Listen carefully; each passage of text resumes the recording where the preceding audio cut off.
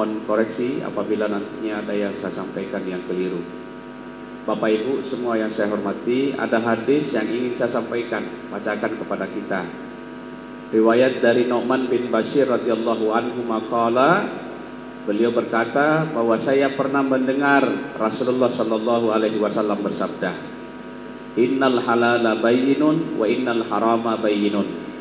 Sesungguhnya yang halal itu sudah jelas dan yang haram juga sudah jelas.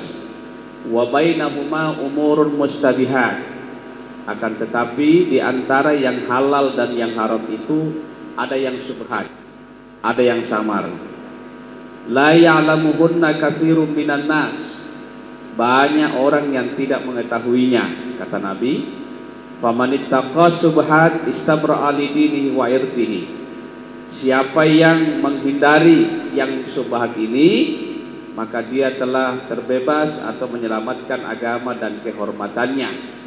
Akan tetapi siapa yang jatuh atau terjebak, wa man waqa'a fi syubhat waqa'a fil haram. Siapa yang terjebak pada sesuatu yang syubhat, dikhawatirkan akan terjebak pada yang haram. Ya, karra'i yar'a haulal hima, bagaikan seorang pengembala yang mengembala gembalaannya di sekitar larangan, daerah-daerah larangan, kawasan yang terlarang. Yusiku ayyar ta'afihi, dikhawatirkan akan masuk ke dalamnya. Ala wa inna likulli malikin hima. Ketahuilah bahwa setiap penguasa itu, setiap raja itu ada daerah terlarangnya. Ala wa inna himallahi maharimuhu, dan larangan Allah itu adalah yang haram. Ala wa inna fil jasadi mudghah, ketahuilah bahwa di dalam tubuh setiap orang itu ada mudghah, daging. Idza salahat salahal jasadu kullu, apabila daging ini baik maka akan baik pula seluruh tubuh kita. Akan tetapi jika rusak, maka rusaklah seluruh tubuh kita. Daging yang dimaksud itu adalah segumpal darah, maksudnya adalah hati, ya. Jadi Bapak Ibu semua yang saya hormati, hadis yang cukup panjang ini salah satunya yang bisa kita ambil pelajaran dari sini bahwa ada yang halal yang boleh bagi kita, ada yang haram yang dilarang bagi kita. Tetapi di antara yang halal dan yang haram itu ada juga yang samar-samar, subhat namanya, yaitu yang tidak jelas. Ini halalkah atau haramkah? Tidak jelas halalnya, kada jelas pula haramnya. Nah, padahal pada sesuatu yang samar ini, itu kita dianjurkan untuk menghindari, baik yang berupa makanan, baik berupa minuman, baik berupa pakaian atau apapun juga. Kalau tidak jelas halalnya, lebih baik dihindari. Kalau haram, ya wajib kita hindari. Nah, demikian pula yang syubhat, karena dikhawatirkan itu sesuatu yang haram. Bagaimana bisa kok ada yang haram, ada yang syubhat, tidak jelas? Hukum itu sudah jelas, Pak. Ada hukum halal, ada hukum haram dan sebagainya. Tetapi kadang kita menemukan sesuatu yang tidak jelas. Ini sesuatu ini masuk ke hukum mana? Apakah halal atau haram? Kita makan daging sapi, oke, daging sapi. Kalau daging sapi halal. Tapi mungkin muncul pertanyaan, bagaimana penyembelihannya? Karena kita ragu dengan penyembelihan, karena tidak semua daging sapi itu halal. Ya, kalau misalnya bangkai ya jelas haramnya. Tapi bukan bangkai, disembelih. Tapi bagaimana penyembelihannya? Apakah disembelih dengan menyebutkan nama Allah? Itu menjadi ragu kita jadinya. Maka daging sapi yang tadinya halal itu biainihi, jenisnya itu menjadi syubhat bagi kita. Atau ada sesuatu yang bercampur antara yang halal dengan yang haram.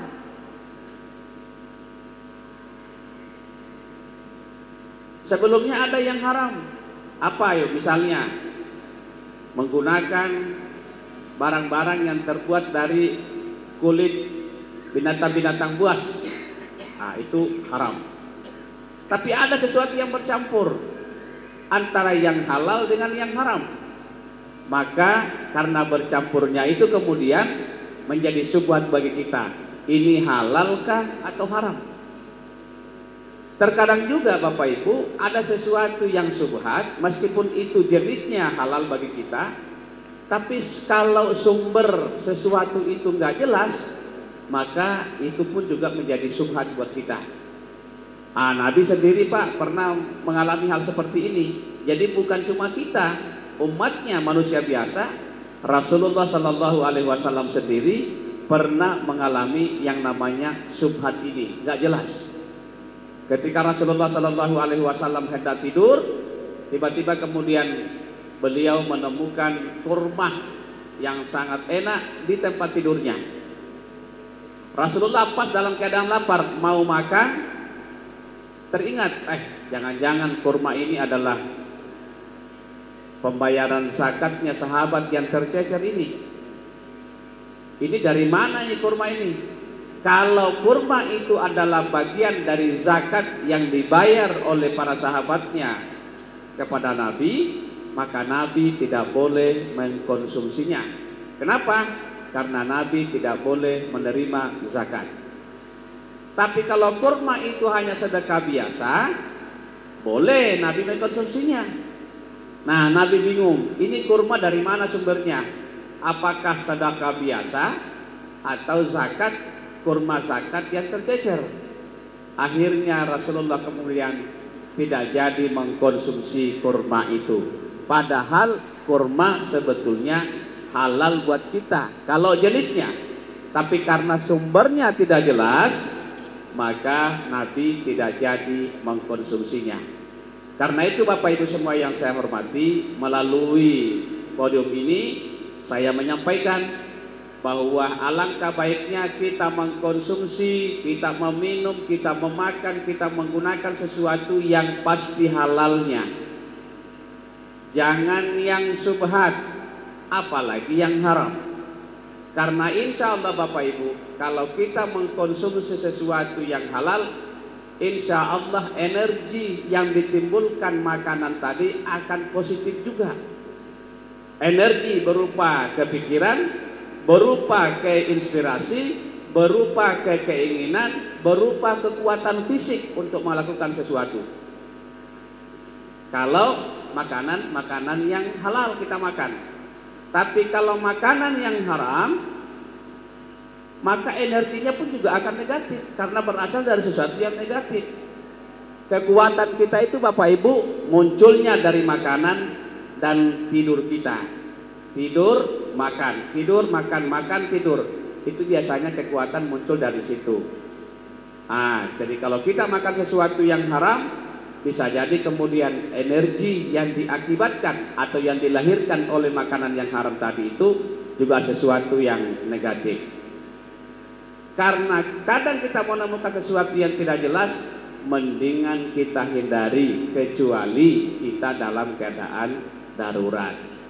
Jangankan yang syubhat, yang haram pun boleh kita konsumsi kalau dalam keadaan jiwa terancam. Tetapi kata ulama, segala sesuatu yang dibolehkan karena darurat itu juga ada batasannya. Tidak boleh kemudian kita mengambil maksimalnya. Saya kira demikian Bapak Ibu semua yang saya hormati, mudah-mudahan ada manfaatnya. Kita selalu menjaga diri dari makanan atau rezeki yang haram, menjaga diri termasuk yang syubhat. Ayo kita bawa ke rumah, kita belikan makanan, kita belikan pakaian, kita belikan apapun juga yang jelas halalnya buat kita, sehingga insya Allah rumah kita dan kita semua senantiasa di dalam berkah Allah Subhanahu wa ta'ala. Demikian yang saya sampaikan, mudah-mudahan ada manfaatnya. Al-Fatihah. A'udzubillahi minasyaitonirrajim. Bismillahirrahmanirrahim. Alhamdulillahirabbil alamin arrahmanir rahim maliki yaumiddin. Iyyaka na'budu wa iyyaka nasta'in ihdinas siratal mustaqim siratal ladzina an'amta 'alaihim ghairil maghdubi alaihim waladdallin. Amin amin ya rabbal alamin. Bismillahirrahmanirrahim. Alhamdulillahirabbil alamin. Allahumma shalli wa sallim ala sayyidina Muhammad wa ala alihi washabihi ajma'in.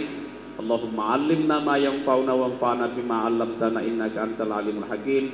Allahumma rabbana hab lana min azwajina wa dhurriyyatina qurrata a'yun waj'alna lil muttaqina imama. Allahumma ja'alna wa auladana wa dhurriyyatina min ahli ilmi wa ahli khair wa la taj'alna wa iyyahum min ahli syarri wa ahli dhair.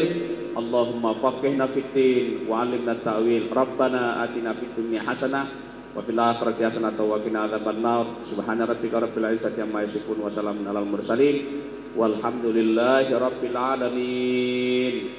Assalamualaikum warahmatullahi wabarakatuh.